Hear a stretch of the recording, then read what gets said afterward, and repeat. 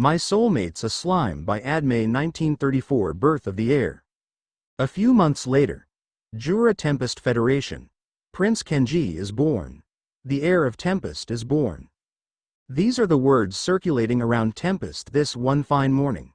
Cheers and merriment filled the air as everyone in the nation celebrated such happy news. Just 5 hours ago, Meva finally gave birth to Kenji.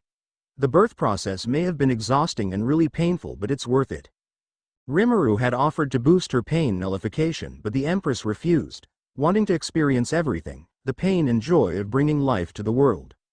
There are those experts in delivering a baby within the country, but the Emperor himself did it. He had done surgeries a couple of times for both the human and monster races, but this is different. Thanks to Raphael, she was the most trusted assistant.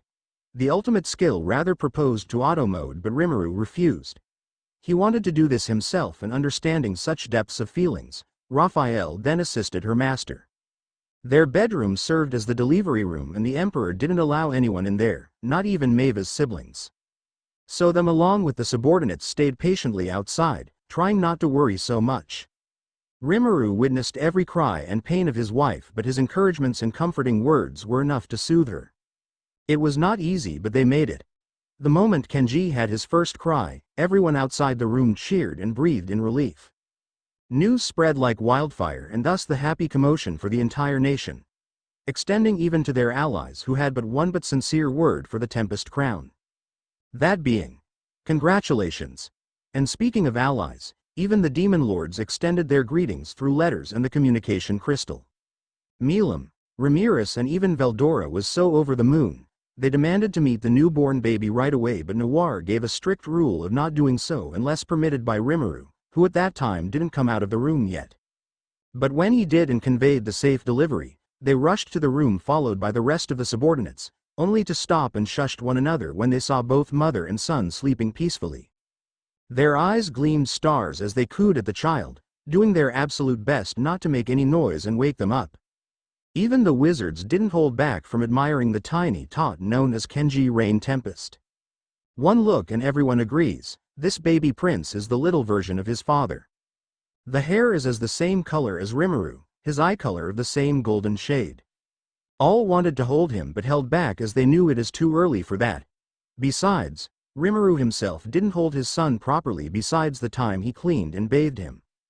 Zarel shed tears seeing his new sibling while his gemstone sisters were but admiring. But what they did next surprised everyone in the room. They bestowed upon Kenji fraction of their powers that will serve as a strength to his own gemstones in the future. Rimuru was the most proud and happy.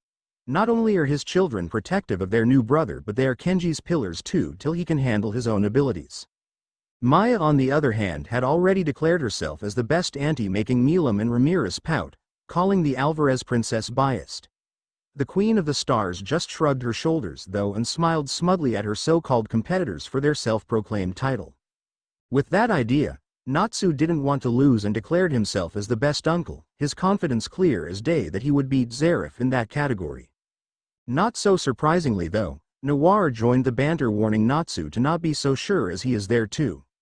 Only to provoke the Fire Dragon Slayer, his competitive spirit resurfacing as he challenged with the words, fair and square. And that is how many title categories were created on the spot, wanting to be the best of something to the newborn baby. Why did he inherited most of your features? Quite unfair, Meva commented with a small smile as she breastfeeds her baby. Rimuru was beside her on the bed, their gazes both drawn to their tiny bundle of joy who by then was feeding peacefully. What can I say? I'm the dominant gene, love. The Slime Emperor kissed his wife's cheek then wrapped his arms around her. Yeah, whatever. I don't care anyways. As long as he is healthy and fine, I am satisfied with it. Meva answers, caressing the tiny head of her son. I agree. Thank you so much for this happiness, love. I love you. Rimuru's heartfelt joy tugged at the lady's heartstrings. Tearing up, she smiled warmly then turned her head to kiss Rimuru's cheek, appreciatively. Thank you, hubby. Not just only for our son but for everything else. I love you, too. I am pretty sure I love you most, wifey, and before you ask on how sure I am, 'cause I said so. Rimuru winks and Meva couldn't help but laugh amusedly with the childish and sincere reply. This Tempest ruler is really a child when he wants to. Yet the fond and affectionate eyes, the warm and comforting hold assures her, he is a family man who will do anything to protect what he holds dear. Okay, I won't argue with that, Kenji's papa, papa. What a nice word to hear. Rimaru's mischievous eyes softened as he looked down at his feeding son, who opened his eyes. The tiny shoot of lightning sparks made him clutch his chest as he roared in his mind how cute his son is. I can't do this, love. This is too much. I can't handle the cuteness fluffiness. Let me breath for a second. I am 100% sure Kenji is trying to rule over my poor heart. The room was filled with laughter as those words escaped his lips. No one else's matter at the moment, but this precious moment right here. And this is just the first part. Cause the head of the family was planning for the rest of his children to join them sooner. And life goes on. Rimuru is not planning to have large celebration but rather a small one that consists only of the Tempestians and the close relatives and allies.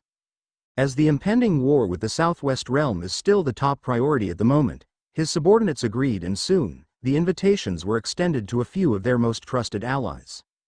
Zarif and Mavis arrived earlier than the planned banquet and Rimuru is more than happy to receive them. To think that you suddenly became a father of 9 Rimuru, Zarif says sipping his tea. I was really surprised wondering how that happened but I was even more shocked to know, Mavis gemstones are given human entities due to the strong exposures to your magicules. I didn't think that could happen, Mavis chides, leaning back and gently patting Kenji on her arms. The baby is wide awake and was just moving his limbs cutely as if expressing happiness to be held by his auntie Alvarez Empress. As fought the father of 9 thingy, well this matter has always been a teasing subject for Rimuru. He doesn't regret anything though. I had no choice but to do it, Mavis Nay-san. It was a matter of life and death at that moment so I had to do it. Others may not see them as their children if someone is born out of their magicules and not done in the natural way but for me and Mava. The gemstones are now our kids. They have feelings, emotions. They are not just powers to wield, they are beings to love and care for.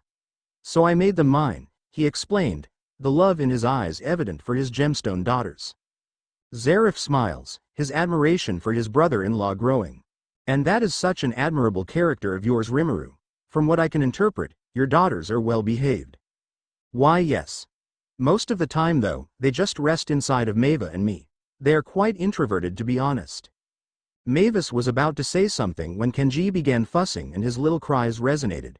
The Empress rocked him gently but it did not work. Time to feed him, I guess, she said turning to Rimuru who was already reaching for his crying son. Only to see it's not hunger that is making the baby cry but overwhelming magicules around him. There buddy. He coos as he easily settles down the magicules before it condenses even more. If it does, there is a high chance, Kenji will blow the building up. He had sealed his son's powers till he reaches the age of 10 to unlock it but didn't take all of his magicules away. Kenji needed to get used to it as well which will have to increase drastically as he grows up. I am sorry, I have to put him to sleep, he apologized but the couple was quick to dismiss him. We are good here. We're planning to go see Natsu and Maya too, anyway. But where are those two? Zarif chimes and Rimuru made a quick detect. As expected. They're at the labyrinth. Knowing Natsu, he must be sparring with Veldora again. The slime answers now gently swaying the baby in his arms. I see. Mavis, should we conquer this labyrinth? Still making rounds, Diablo? Rigard asked the High Prince who looked back at him. Oh, Rigard.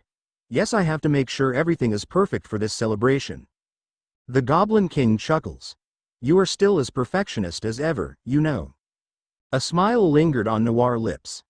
I take that as a compliment, and I wouldn't settle for less, Rigard. This is the air of Tempest we are talking about. Yes, of course I agree with you. That is why I am working hard as you. And you say I am a perfectionist, Noir quips back. Your face says it all. Did Lady Milam broke things again? The Goblin King sighs. Please don't remind me of that. She didn't break doors and punched holes on the walls but now, she and I quote accidentally broke the royal crib. I was about to deliver it to Rimuru-sama. But this happened.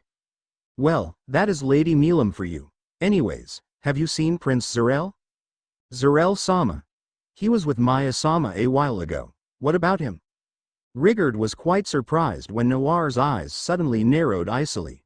The truth is I received a letter from the realm of the Southwest. I don't know what it contains, but I have a bad feeling about this. The child is already burdened with his biological father. I don't like it to go deeper. So would you please find my soulmate Enzarel, and distract him while I deliver this letter? Of course. I'll protect Rimuru-sama's first son. Thank you Rigord. Rimuru's hands trembled as his eyes skimmed over the written letter from Emperor Alex himself. He could only think of one thing as anger clouded his rational thinking. How dare this man who claims to be a father have this audacity to ask them to give Zarel back, after all the pains and traumas he had inflicted upon the young boy? His aura blurred around him for a split second before he sucked it back in. Alex really has the talent of raging him, really. If this continues, may he controls it or he be evoking war on his hands ahead of time. Diablo, I want you to do something for me. Noir bows, ready to receive the royal order from his master. Even though they're family now, he was still his master before he became his brother. Send a message to the Southwest realm. And convey my warning along with it.